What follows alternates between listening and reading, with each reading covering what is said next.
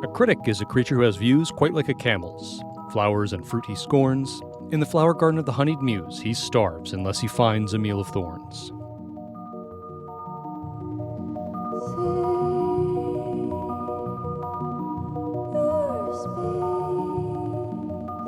Hello, and welcome to A Meal of Thorns, a critical book club from the Ainsley Review of Books. I'm Jake Brookins.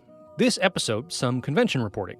I recently returned from Readercon 35, just outside Boston. Readercon is a small but intense SF convention focused almost entirely on the written word, and it's become one of my favorites. This episode, I'll be sharing some quick interviews I did with folks around the convention, and some thoughts about my experience. Also, since I was right there, I took the opportunity to visit Porter Square Books to talk about their shops and a really interesting side project they've recently launched. Starting off with the safety of fellow podcasters, I sat down with Lisa of Narrated to chat about her recent reads and listens and how the con was going for her.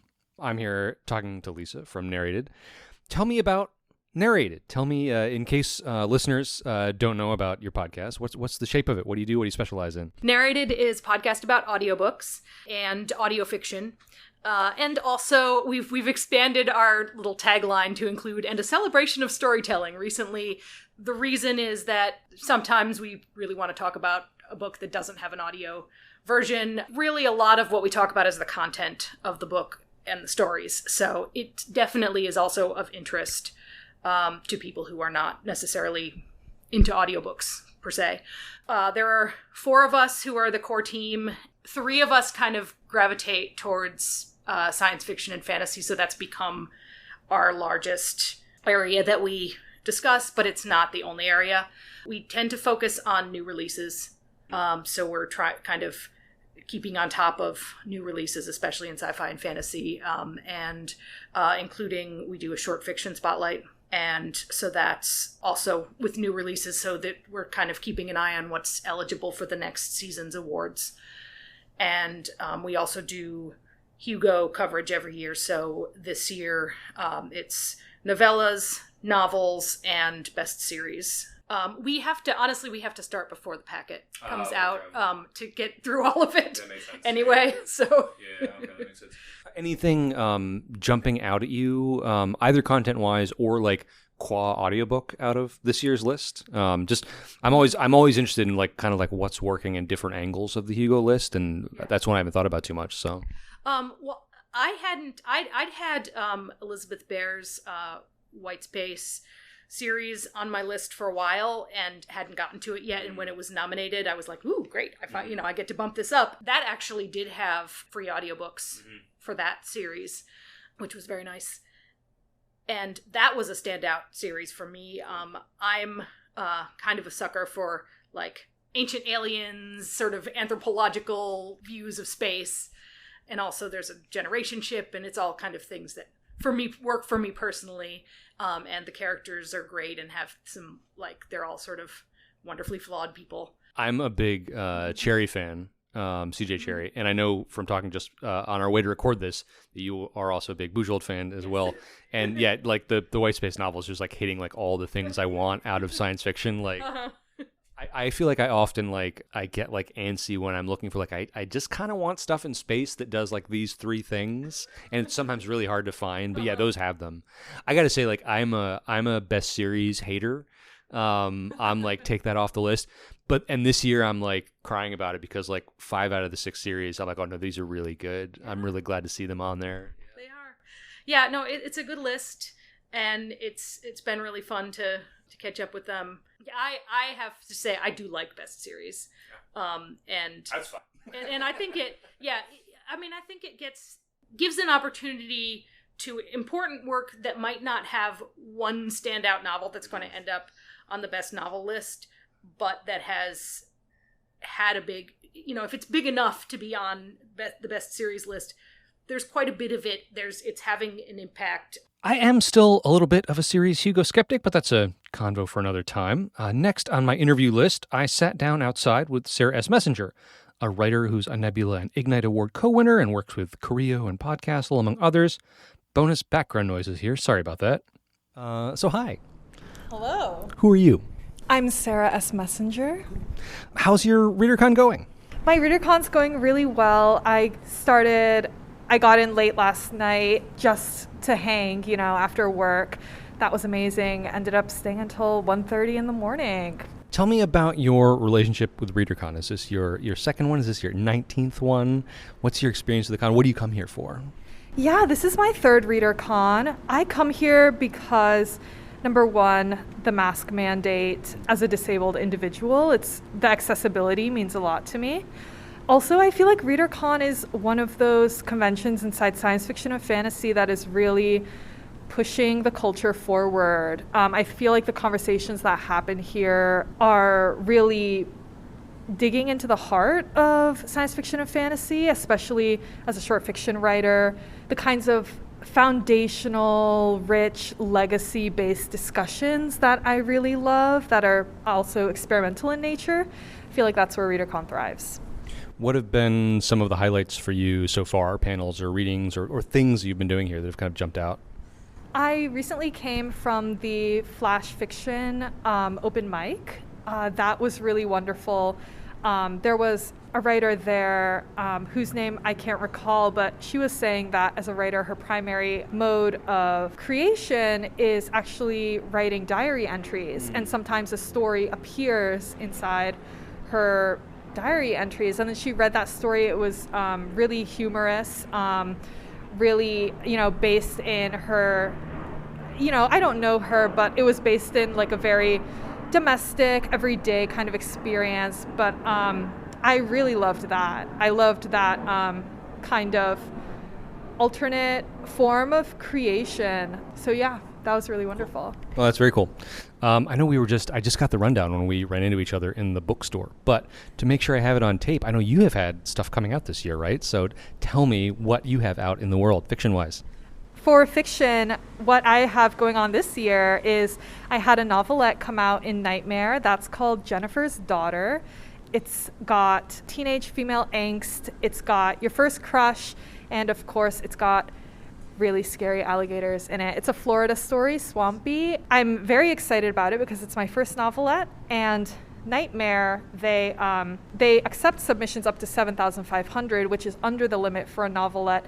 So my novelette, I submitted it was under 7,500 words, which is the limit for a novelette for some awards, but then I bumped it up, so then it became a novelette, and it might be like one of the only novelettes in Nightmare this year, so I'm excited about that. I had my debut in Lightspeed. That was thank you. That was a flash fiction piece about a giant and motherhood. About a giant and motherhood. That's great. Yeah. Are these one and the same? Are they combined? Is it a giant mother or is it a giant and motherhood? You'll have to see. We'll have to read. Wonderful. That's very, very cool. Any things in the rest of the con that you're really hyped about, like kind of looking forward to while you're here? I'm just really excited for BarCon. I'm not going to be taking off my mask, but I love to embed myself in those conversations. I find that's the best part. Yeah, I mean, I'm the same way. Like, I really enjoy coming to hear the panels and hear the sort of like, you get like these little like enforced foci, of like we're all clustered around this thing for 45 minutes. But really it's a chance to like see people and hear what people are thinking is really, I don't know, that's a highlight for me. So I'll be at BarCon as well. I'll see you there. Awesome. Thank you. Yeah, panels were very good this year. I saw some cool ones. A very nice panel on Karel Čapek's fiction, a really interesting one on science fiction and fantasy that attempt to tell stories over long stretches of time, generations or centuries or millennia, and whether that style of storytelling is in decline or not.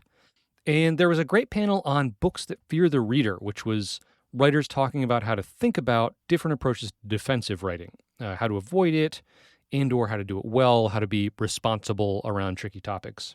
I was on a bunch of panels. I think they all went pretty well.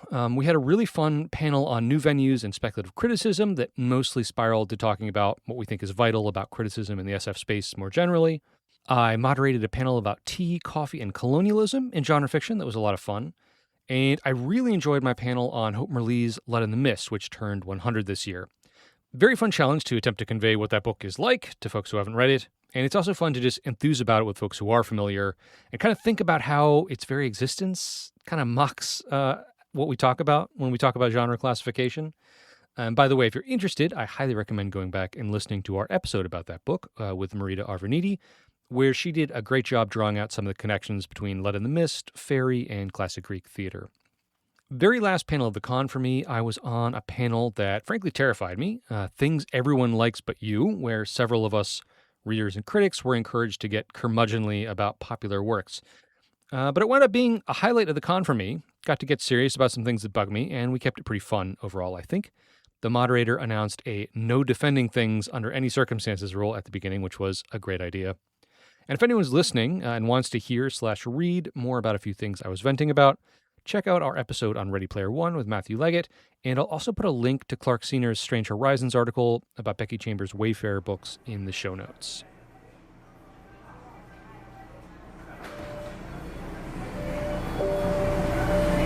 This is Porter. The destination of this train is Ashmont. So I'm trying to do this thing with travel episodes where I also visit a bookstore or other bookish organization. Last year for Readercon, I talked to the folks at Lovestruck, a romance-focused shop. This year, I wanted to visit Porter Square Books because they've recently launched a book review newsletter as a model for how to fill the gap being left in arts coverage. We'll talk with the person running that at the end of the episode, but I also wanted to visit the shop itself, and their manager was kind enough to walk me around it and tell me how it's going. All right. So tell me who you are and where we are right now. Hi, I'm Katherine. I'm the general manager of Porter Square Books, and we're currently in our Cambridge location. So you have 2 locations, right? Yes, we have 2 locations. We have this one here in Cambridge in Porter Square, and then we have a second location in the Seaport, in Boston Seaport. Okay. So yeah, it's a very cool looking shop. I wanted to just kind of like walk around. Tell me some of your highlights. What do you got right up front that you're sort of focusing on right when people walk in the door? Yeah, absolutely. So right up front, we start off with our staff picks table. The way we do staff picks is a little different than a lot of other bookstores. Every bookseller gets 2 monthly staff picks, one adult pick and one kids pick, and those are 20% off all month. And then they rotate every month because of that. So we like to start off with that table. Porter Square Books does a lot of genre fiction. A lot of our customers and readers are very into genre fiction. So then you have our romance section, you have our sci-fi fantasy section, mystery, horror, that's like all right up front. Nice. We just designed our new romantasy section. Okay. Partially because we needed room in sci-fi fantasy for more books. Yeah. So we just decided to add a whole new bookcase. I know when you look at the science fiction and fantasy catalogs now, it's a lot of romanticism. It is a lot of romantasy, and also one of the problems we continuously have is we think we have enough room for our fantasy section, and then inevitably it's not true. Our customers want 1,000 more fantasy books, and we go through all of them. Oh, very cool. That's very, very rad. Also, is that your Animorphs pick over there? Yes. Awesome. Okay, so we have a loose theme for our staff recs this month, which is, for kids' books, it is books that made you weird. Oh, okay. So Animorphs is back in print. It was out of print. Yeah. So this is my Animorphs staff rec, a book that did make me a weirder person. Oh, that's awesome. I love the new covers too. So, that's fun. Tell me a little bit more about the store. How do you kind of think about like what the demographic that comes in here is? And also, I should say, I'll jump in too and say that like I'm not from here. I don't know the first thing about this neighborhood. So like, what's it kind of like around here? Yeah. Porter Square Books is an employee-owned bookstore, first of all. Oh, cool. So one of the things about it is that not everyone, all the managers who work here are partial owners, and if you work here for a set amount of time, you can become a partial owner. Very cool. So a lot of the people who work here both feel like and do have a pretty high stake in the bookstore. Mm-hmm. If I was going to describe our demographic, it would be customers who also feel like they have a very high stake in the bookstore. Okay, cool. Yeah. We've been in Porter Square for 20 years. This particular location that you're standing in, we moved over here a year ago, I believe. Okay. Yeah. Cool. I mean, it looks like nice, but it looks very like, it looks like a bookstore, so it's all filled in, yeah. We did our best. We are like finally finding our feet in this new location, but it's also like 400 feet from the old location, so we kept a lot of the same demographic, and it's a lot of people who are in the area and feel like, I feel like the demographic who comes here are people in Cambridge who feel very connected to small businesses, who want their community to feel like a community, and that's reflected in the way that they treat the store. Yeah. Oh, very cool. Yeah. Roughly how big is the staff here? Like around how many people work here? 45 between the two locations, Okay. I believe. Yeah. We do have a lot of people who work like 1 day a week. And do the locations have cafes as well, or? Yes. So over here, we're partnered with Page and Leaf Cafe, and in our Boston location, we're partnered with Travel Mug. Okay. And they run the cafe over there. Okay, very cool. Is it, this is like kind of insider baseball, but is it the same employee stream, or is it different people working in the cafe? Or? It's different. So both cafes are owned by completely different companies and have completely different employees, and that we just happen to work very closely with them. Cool. Yeah. Nice. So you have staff picks that include children's and younger readers. Is that do you move a lot of younger reader books up here? We do. I've worked at both locations. This location specifically, we do move a lot more of our kids' books than, for example, the Boston location. And I think that part of that is the way I was talking earlier about customers really feeling like this is a part of a community. We get a lot of people who have been coming here as kids for years and years and years and taking their kids here for years and years and years. And so I think that is a big part of it. Okay, cool. Yeah. Very cool. Yeah, what else about the store do we want to point out? We're walking around back here. Any sections that you think are sort of like unique or just well done? We just put together this classic section, which is all of our...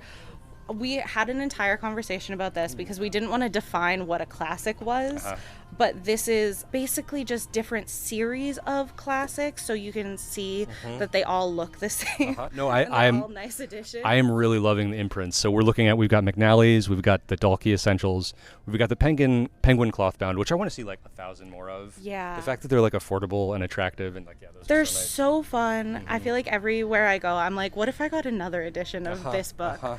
Yeah, so Very the cool. classic section is a new one for us that I really like. Our fiction section, I don't know, not a unique section by any means, but I really like the shape of it. We've got these two horseshoe shapes, which is sort of interesting for browsing. This has been getting bigger in bookstores, and is bigger in our Seaport store, but we do blind date with a book over here, which customers really love and which our booksellers really love to put together. Cool. Are these one-off blind covers? Yes. Cool. Yeah. Very So cool. what they are, the way we do blind date with a book is that we just pull a book off of the shelf and decorate it. So that way, if you open it and you are like, I already own this book, it turns out I'm very consistent in the things that make me like books. Cool. You can just return it. Any events or special happenings that are going well here? Do you have any like book clubs or anything like that you like? Yes, we have 100,000 book clubs that are all going very well. We have a sci-fi fantasy book club that got so big for a while we had to start breaking it into 2 book clubs. Oh, wow. All of our booksellers that run the book clubs are so creative and so passionate about it. We sort of, the way we do book clubs is if a bookseller comes to us and they're like, what if we did this? What if we did that? We kind of give them free reign of that. We currently have a cookbook club where people come in and cook something also. Yeah. Not in this location, in our Boston location, because it has a kitchen. Oh, wow. Oh, so Yeah. they actually like, not like bringing it in, but like cooking it there. Oh, wow. Cool. Which is so fun. One of the things that we do is we have a series called Be the Change, which started in 2016, I believe. It predates me a little bit, so I'm not 100% sure on that date. But it is, we partner with various organizations and do events, and then during the time of the event, we donate 20% of our sales to various charities, which always does very well. Nice. And then in general, our events team is amazing and does a really good job. We just had an event with Chuck Tingle that we didn't do in the store, but hosted at a different bigger location. venue, Yeah, we did an event for Ann Patchett's The Whistler. Cool. So all of those are going very well, and our events team does an incredible job. Yeah, very, very nice. Cool.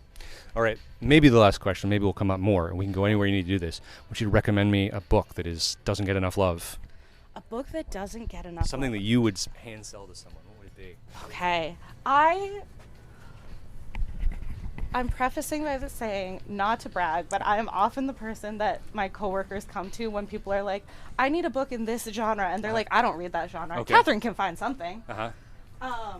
So I staff rec a lot of books, or I recommend a lot of books. Okay. This one, though, Oh, great. okay. Tell me about it. Sour Cherryh by Natalia Teodoridou. It's a retelling of the like Bluebeard myth, but it sort of starts off with like who was Bluebeard before he killed his first wife, and is also like a reflection on domestic abuse. So I love this book, and also do think that people should not read it just blind. Kind of yeah. Okay. Cool. So beautifully written, so haunting.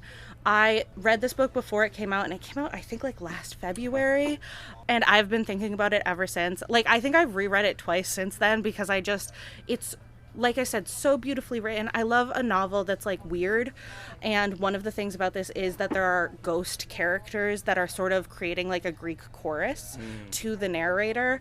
Absolutely incredible. And also I love when people do weird like fairy tale retellings, and I think this is a really interesting take on that fairy tale. Very, very cool. So this has been on my list. One of the writers who writes for ARB, Rosanna Pendlebury, like one of her top books. So I'm going to get this book. So Yeah, great. it's wonderful. so Cool. good. Cool. Awesome. Well, thank you so much. No problem. Thank you so much. Yeah, this has been really great. And I'm going to follow up. Hopefully I can talk to Josh, because I want to talk about what's the acronym? The PSRB, Porter Square Review of Books. Cool. Yes, because this is a project I'm very excited about as well. But yeah, thank you so much. Have a lovely day. Thank you. Have a good rest of your day.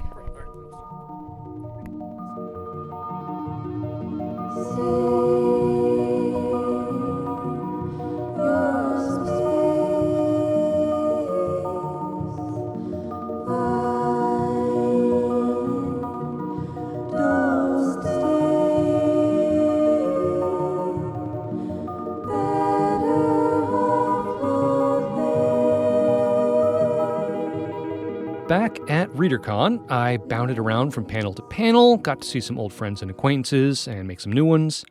Friends of the pod, Jessica Finn and Sunny Moraine, led a very cool impromptu panel on Dune. Writer and ARB contributor Will McMahon brought some shockingly good cheese and cider for the patio. I got to catch up briefly with Hugo co-finalist Scott Edelman of the Eating the Fantastic podcast. And Ben Rosenbaum, if you're listening, I saw you like 20 times in the hallway, and we never got that full conversation about pineapple. I assume you're cooking something metaphorical up about crassulacean acid metabolism. Write in, let me know. I had a lot of great conversations on panels and off, and also sat down for a few more interviews, including this one. So first off, who are you? I am Carl Engle-Laird. I am a senior editor at the Tor Publishing Group, where I've worked for my entire career, 2012 to 2026. I'm the editor of titles like Gideon the Ninth by Tamsin Muir, The Saint of Bright Doors by Vajra Chandrasekhara, Notes from a Regicide by Isaac Fellman, and I'm a finalist for this year's Hugo Award for Best Editor Longform. That's great. Congrats again, and well deserved. Also, I don't know if I told you, but I'm doing a project for the podcast later where we're reading through the Ursula K. Le Guin prize list, so it's been a great excuse to go back through Notes from Regicide and lots of other great work, so it's been cool. I love the Ursula K. Le Guin prize so far. I think it has the potential to be one of the first awards in genre, and I hope it reaches that place, because so far they've been awarding incredible fiction. Yeah, I strong agree. Like, the shortlists have been really solid. It's always been like interesting picks, but like, I don't know, the stuff that feels like it really should be in the records. So yeah. How has your Readercon been so far? Readercon has been good. Readercon is one of my favorite conventions. I think there's always a very high level of programming and also a high level of conversation. It always feels like you're going to end up in a remarkable rabbit hole with somebody just sitting down for a talk. And I think that Readercon is very interested in very interesting fiction. So it just, I feel like a fish in water here. What have been some highlights for you this year so far? Stuff you've been on or stuff you've attended or just hanging out and talking with people? What have been the things that kind of jumped out at you? Well, I've been on much less programming this year. So there are fewer obvious highlights to point at. The best panel I was on was the only panel I was on, which is about sports in speculative fiction. Very fun conversation. The highlight has been the conversations, talking to people. Like, I just always find myself having some kind of very long digression where I'm trying to sell people on some specific manga or something like that, and I kind of live for that stuff. Yeah, I think possibly also reconnecting with a bookseller, Meg Wasmer at Copper Dog Books. It's really nice being like recognized by booksellers and talking about the hands we both have in each other's careers. Oh, that's very cool. That was fun. Okay, sports in SFF. Give me the thumbnail. What's the cool takeaway from that? Because I wasn't able to make the panel. That I'm publishing a cool sports book in a couple of years. Nice. That's my takeaway. No, we had a good conversation. It ended up, so many panels everywhere end up straying a long way from the panel description. And the panel description on that one was about how we feel about sports that people make up for speculative fiction. And the answer broadly was not that great. So we didn't talk about that very much. We ended up talking about how sports as a cultural substrate inform our lives in the real world and can quickly and efficiently enrich the characters in a story by how they relate to the sports in their lives, like how they, their history of play. Like, there's a bunch of things in. This is actually not a point I got around to making on the panel, but I think there is a fantastic overlap between the skills required to do sports writing and the skills required to write fantasy.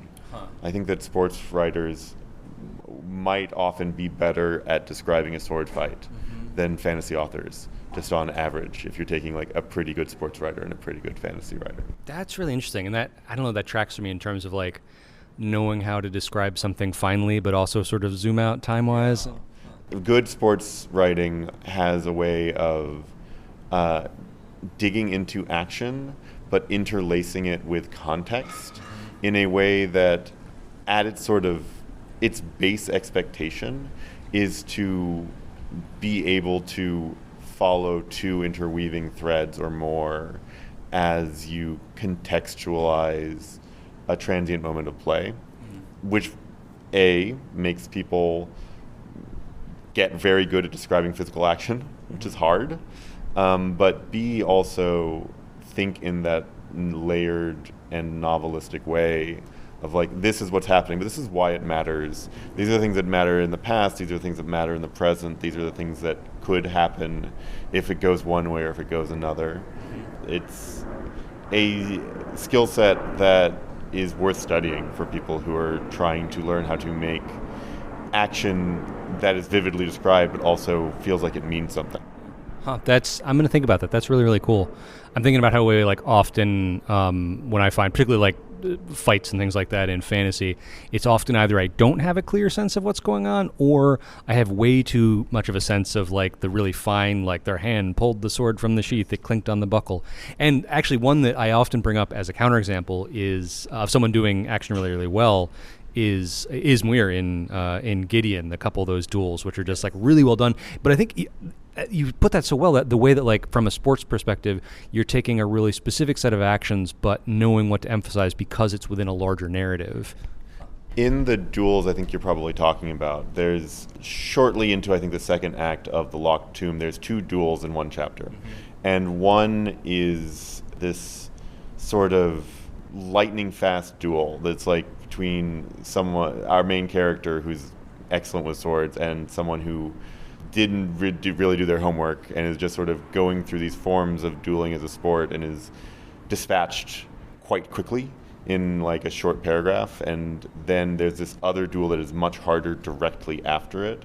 And the gap between those styles of writing about those two duels and the attention paid to both is used to quickly demonstrate how much these sword fights mean and what they're learning about each other from them, but also by making them differently paced and differently like respected by the text, it makes sure that the reader will have the correct reaction to them.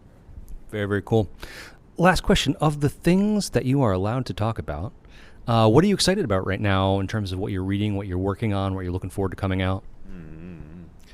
Oh, there's a lot of stuff. I mean, because it's already came up, I'm going to waste my shot on something that hasn't gone up for pre-orders yet. But the reason I said yes to the sports panel is I'm publishing a football book in 2028. It's called 50,007, An American Football Odyssey. It's by the author of web comics. 1776? Yes, of 17776. It's by John Boyce, who is this amazing YouTuber who did this story about how we'll be playing football tens of thousands of years from now, presuming that sometime this year everyone's going to stop dying. Mm-hmm. And the people who are alive right now will be all of humanity forever.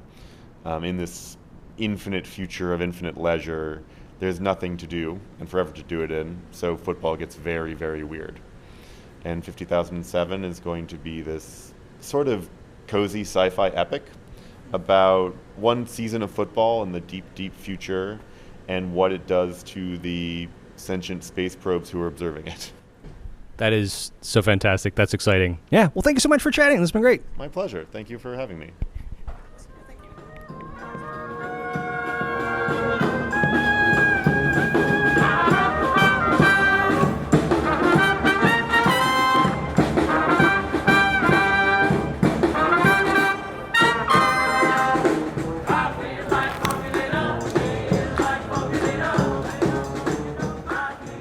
So one of my favorite things about Readercon is just that Boston is a very fun place to visit. It's pretty easy to get around, and it's packed with museums, bookstores, good coffee, usually good stuff going on.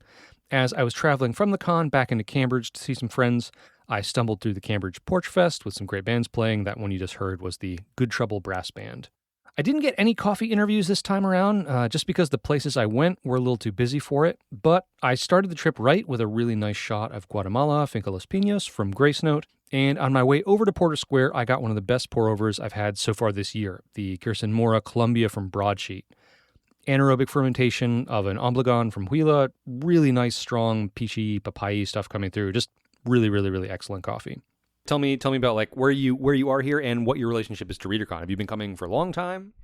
No, I just found Readercon about, I think 2023 was the first year I came here, so I guess this is my fourth Readercon. This is Lisa from Narrated again. I was a little intimidated by it for a long time. I'm local. I'm very local. Aresia is sort of my home con, which is another Boston area con, and my impression of Readercon was that I probably didn't read quite enough to go to walk in the door, which has changed in the last 5 years. And I've been in sort of reading all the things mode for the last 5 years and caught up on a lot of things, as well as, being pretty on top of what's new. Mm-hmm. And so that made me want to try out Readercon, and it's an amazing con. I mean, I feel like the reputation, which is maybe a little overblown, is that it's like, 30% professionals or something like that. It's a much higher ratio, I think, than a lot of cons, which makes it feel a little different. Mm-hmm. But it is so much more like craft focused that I just think it's great. Just the quality of the discussions here is so much higher than panels anywhere else I've been.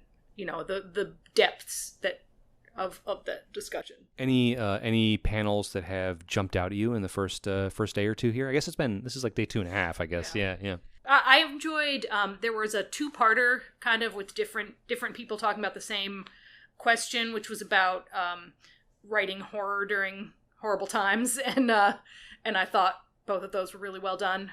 I also just came from a panel about the Vorkosigan saga at 40 years of Vorkosigan. That was an extremely formative series for me, especially Barrayar, and so that was nice to just hear other people who also felt that way. What do you want to share with people about what you're excited coming up at Narrated? Do you have anything else you want to kind of plug about it right now, or where people can find you, other than on their podcast app of choice? We have our best series episode is what is actually we're recording soon after Readercon, and so that's going to be coming up very soon. And I also have been, like you, we've both been walking around ambushing people for some interviews. So I also have some great interviews from Readercon that I'll be sharing. Cool, that's great. Well, thanks so much for talking. This has been fun. Stop requested. Ubering 4 corners. Lost connection. And that was my Readercon. Good stuff.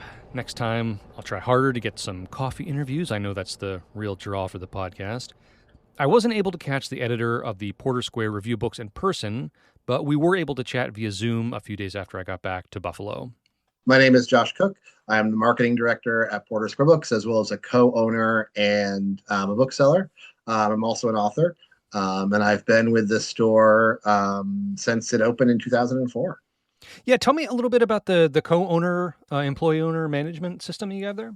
Yeah. So the current principal owners, Dina Mardell and David Sandberg, bought the store from the founders, and I think 2016 or so. They were coming from not in the book industry. One of the kind of things that they were thinking about as they kind of grew into the position of owning an independent bookstore was how hard it is for booksellers themselves with the kind of economics of bookselling to ever be able to afford to buy their own store. And so they developed a system whereby basically kind of they, as the principal owners, loaned, a certain number of us in the management group what it would cost to purchase percentages of the bookstore. And then we pay that loan back out of the profits that we earn as partial owners. So it made what would have been economically impossible for, even someone like me who's been there for 20 years.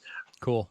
And so, when they decide to retire, whenever that is, there'll be a similar arrangement that will allow them to transfer the 50.1% that they still retain. Oh, that's very cool. That's very cool to hear. I have often said, like, one of the many Achilles heels of capitalism is that people who are good at stuff never can afford to do that thing themselves, Yeah, for sure. Huh, that's fascinating. That's really cool. And as a former and hopefully future bookseller, that is a great model. I hope more people hear about it. Yeah, a couple of other stores have already applied it or explored it. So it is kind of working its way through the books ecosystem. And of course, it has limitations. You do have to be profitable enough that this makes economic sense. You do have to. So it is a very cool model, and I think it's one of the most innovative things that the store has ever done. Yeah, that's very cool. Well, another super innovative thing you've done fairly recently is the Ported Square Review of Books, which is one of the reasons you were on my radar. So yeah, give us like a quick kind of like, for people hearing about it for the first time, what's a kind of thumbnail sketch of what the PSRB is and sort of like what it's intended to be or to do? So pretty simple. The Ported Square Review of Books will aim to publish about one review about every week or so. The reviews are all chosen by the booksellers themselves. So it will be a pretty wide range of titles for all ages, all genres. It'll be mostly new because that's what booksellers tend to be reading, but it'll also be, undiscovered classics, reissues, that kind of thing. And so, yeah, every Thursday or so, you can just pop over to the PSRB page and you'll see a new link. If you follow us on Blue Sky and Instagram, we'll also share whenever new reviews are posted, again, on Thursdays typically. And we also have a monthly newsletter. So every month if you don't want to, click around or follow us, every month we will send a quick newsletter with links to all of the reviews that have been published that month for a nice, easy, digestible. And that you just sign up under the newsletters tab on our website. So that's what it is. It couldn't be simpler. It's still work, but it's pretty simple. And in terms of kind of what its intention is again pretty simple. There aren't enough book reviews. One of the things that we have lost with the kind of general contraction of the media, both in terms of like local news sources and independent like alternative weeklies, and even at the kind of major national level, is we've lost a ton of books coverage, including very specifically just flat out regular book reviews, professionally written, no like 3 out of 5 stars shorthand, just actual critical book reviews. And, it seemed like one of the things that we could do. There was a need for it. We could either kind of keep complaining about it or see if we could actually do something about it. So right now we're seeing if we can actually do something about it. Yeah, you're singing our song over there. That's fantastic to hear. And so these are all from employees, but they are like sort of paid like as a separate, you like choose something and pitch it and do it on your own time kind of deal? Yep, exactly. So also our writers in residence, we have one for adults and one for young readers. So that's part of their kind of residential responsibilities now. So, but yeah, so booksellers write a piece, I edit it. When we publish it, we pay them $50, which is tragically a pretty good rate. Shockingly competitive, yeah. For book reviews. But we thought, the economics of that seemed to make sense for us, and the kind of what value that would bring for the time of the booksellers as well. So yeah, that's basically it.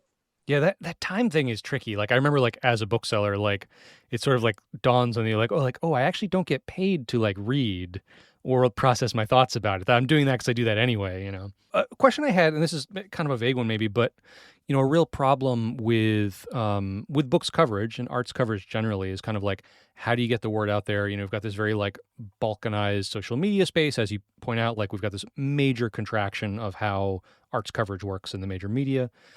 And I was wondering if you are doing anything or seeing any results of sharing about the review in the physical bookstores. Oh, that's an interesting question. So right now in the physical bookstores, all we're doing is kind of shelf talkers with reviewed books. So we'll have a little shelf talker with a QR code pointing to reviews. Whether those things are having an impact is a little tough to tell because I didn't assign a unique URL for those QR codes because that's going to be a lot of work. A lot of the kind of what could be are still in flux. So, one of the things that has been bandied about a couple of times is like a print annual, gathering some number of the reviews and kind of binding them in something that can be handed out at the store. Don't know if we're going to do that yet or not. So yeah, it's still very much mostly online. That's a cost thing, It doesn't cost anything extra. We have our website already. It doesn't cost anything extra to host it. Right. So, but again, if attention grows and we see sales of reviewed books in meaningful numbers, we can always explore ways to expand it. And I know, so I was only visiting the bookstore for the first time, but it seemed like from what I saw that you have like a very plugged in series of like events and like a very active like customer base. Is that accurate? I think so. I mean, the store has been in business for over 20 years now. We are in a new location now, but are only 1,000 feet from our previous location. So, we've been cultivating a literary community there are people who I helped find books for when they were, for their parents when they were toddlers, who are now like adults with jobs and stuff, which is very rude of them in some ways. And so, for a long time we have cultivated that community. I think we also try to have a pretty an identity that is steered by the booksellers who are actually working, so booksellers can choose staff picks. They have a lot of freedom in terms of kind of adding shelf talkers and blinding the books. And so even if there's kind of change over time as different booksellers kind of cycle in and out, the fact that it is a very human space because of that, I think, remains. You wrote a short series for Lit Up, I think last year, the year before, that I really, really liked, talking about how various parts of the book world can kind of respond to Trump and rising fascism and problems in the publishing industry. And I don't want to like rehash everything you said there, but I wondered how like I can see this project as sort of like part of that. And I wondered if you had maybe like one or two things that are on your mind, either like at a big like publishing level or like smaller like Indian community level. What are the kind of things you're thinking about like doing right now to promote literacy and literature in this kind of strange time? Yeah. So one of the places I kind of landed in that series was that publishing is uniquely positioned to kind of replace a lot of what we've lost in terms of media. Publishers already have editors and writers and the mechanisms and some of the mechanisms of production. So it wouldn't be that hard for Penguin Random House or any of the other big publishers to put together a free monthly kind of alt style newspaper that's given out at indie bookstores and libraries to again start kind of rebuilding what consolidation and contraction have done for us. And the review, in a sense, grew directly out of that thinking. Porter Square Books can't do an alt weekly. A, their resources aren't there. B, it's not our job. It's not kind of what we're good at. We're not really about producing a lot of literature. We're about connecting it. And so from that, it seemed to me that a book review was something we could do. Booksellers are already thinking critically, thinking about how to describe the books that they read to other readers. And that's, the beginning of every book review. Right. They just have to like formalize it and kind of bring it up to a professional thing. I still really see that as the kind of currently missed opportunity. Something like that would be a major avenue for discovery. Something like that's physical also kind of breaks out of the algorithmic siloing of media. Like it can just, once it's physical, it can be left places. It can go from hand to hand. One copy of this of something could be seen by dozens of people, and you don't get the kind of tracking information that you get from like an online sale, but you also don't give any of that tracking information over to your credit card company or to Google or to any of the other tech companies that are scraping all of our websites. So it seems like to me one of those things that is both a service that we desperately need and something that I think would eventually be profitable. I mean, breaking through algorithms to tell people about books is one of the challenges that we face. And, if you're someone who goes into a bookstore every day or goes into a bookstore frequently, you already do that. You can talk to a bookseller. And then having an actual physical piece of media that you can take with you helps spread that. So I don't know if you have friends who are making decisions at the major publishers, but I really see that as kind of an opportunity that both is good for democracy, is good for literary culture and kind of reading. I think would also eventually be, make more money than it costs in the sales it generates, the interest it generates. I feel like a lot of the things I've been thinking about in the larger book world have made me think about how it's not necessarily like soulless capitalism versus like utopian socialism so much as like, do we think about it as an ecosystem and an environment or not? That like, do we have new stuff growing up? Are we supporting what needs to be there to work? Which can it's hard to show on like a quarterly profit statement, but like I do think we need it for like the long-term stability stuff, right? Yeah, and if there's any industry that understands long-term profitability, it should be the book industry. I mean, I know we need first week sales. I understand how valuable, getting onto bestseller lists can be. But also, all of these publishers have titles that have been selling for 30 years, and that comes from the work that has been done, both when that book was initially published and kind of throughout that time of making sure this is a country of readers. There's I don't know if there's any industry that should care less about the quarterly profits on a title than the books industry. I hope someone's listening. Last question I'd like to ask everyone in books. This is, have you got anything lately that you're interested in? You want to hype about in terms of books you've read? So I got two things that I have a toddler, so I'm not reading anything quickly at the moment. But I got two things that I'm really enjoying right now. Polly Barton's latest novel. It's called What Am I? A Deer.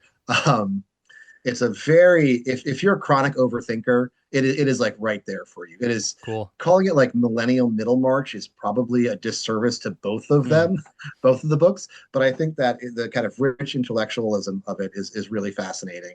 And it's got issues about translation and kind of workplace culture and what happens when you tell yourself stories. Also a lot about karaoke if you're into that. So that I'm really enjoying. And then the forthcoming Grace Krilanovich. So Grace Krilanovich wrote Orange Eats Creeps, a kind of cult horror novel, which is just fantastic. It's kind of as close as you're going to get to Shirley Jackson without reading Shirley Jackson herself. So she's got one coming out called Acid Green Velvet, which is a very kind of atmosphere. It's kind of rooted in a grumbling, rumbling, tension-building kind of class war in the city. A very lush, seductive book. I don't know what it's about yet in terms of its themes, and I don't particularly care because the sentences are so rich and evocative. So that's something to keep. I think that's September that's coming out. Oh, that's fantastic. Well, thanks so much for the Rex, and thanks for sitting down and talking to us for a little bit. My pleasure. Always happy to chat. A Meal of Thorns is a podcast from the Ancillary Review of Books, an online magazine founded to address the radical possibilities of criticism, with a focus on speculative fiction, world literature, and utopian impulses. Go to ancillaryreviewofbooks.org for regular reviews, essays, interviews, and more. Our opening poem is by Barrayar, translated by John Bruff. Our music is by Giselle Gabrielle Garcia. Our artwork is by Rob Patterson at The Ratio Farm. If you'd like to support the podcast and the Ancillary Review of Books, congrats! You may be good. A few different ways you can do that. You can join our Patreon. Throw us a couple bucks a month to keep the podcast and the magazine sustainable. You can hang out with us on Discord, and we've got a few other perks on the way. If you're interested in a book we mentioned on the podcast, buying from the bookshop link in our show notes or at the ARB website gets us a cut. It helps immensely if you just help get the word out about the show. Leaving a review, commenting, or sharing on your platform of choice, that really helps. And it's nice to know you're listening. Questions, suggestions, elaborate compliments?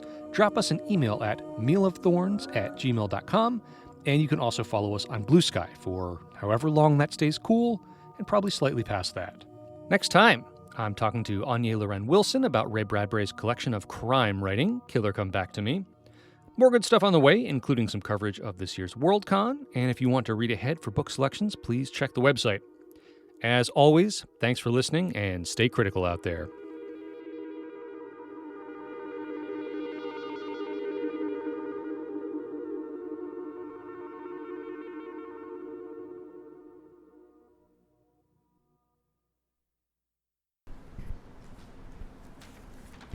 I think I just saw Scott Edelman looking in at my microphone. I'm going to have to track him down later.